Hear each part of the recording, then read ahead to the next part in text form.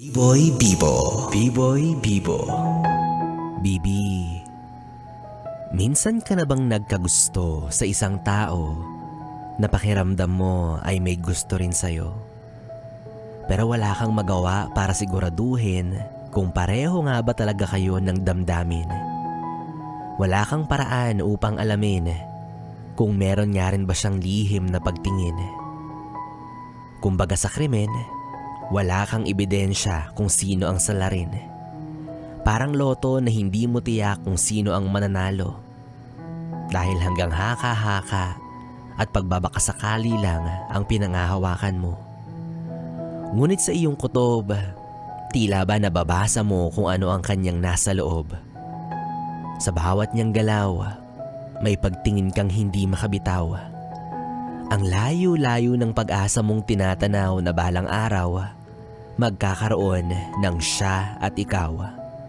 Sa mga post niya sa social media, iniisip mo na ikaw ang pinaparinggan niya. Tuwang-tuwa ka habang umaasa na balang araw magkakaroon ng ikaw at siya. Pero wala lang pala. Dahil yung inaakala mong ikaw at siya ay wala naman palang mali siya pagdating sa kanya. Maaari kang magtampo sa sasabihin ko, pero ang totoo, baka hindi ka naman talaga niya tipo. Maaaring sumama ang loob mo, pero ang totoo, baka may iba na siyang gusto. Pasensya na. Para sa'yo rin to, para matapos na ang imahinasyon mo at makabalik ka na sa tamang wisyo. Para makausad ka at mahanap mo yung nakalaan talaga para sa'yo. Kasi ayokong mahumaling ka sa isang tao na inaakala mong makakatuluyan mo. Gayong alam naman natin na ilusyon lang ang lahat ng ito.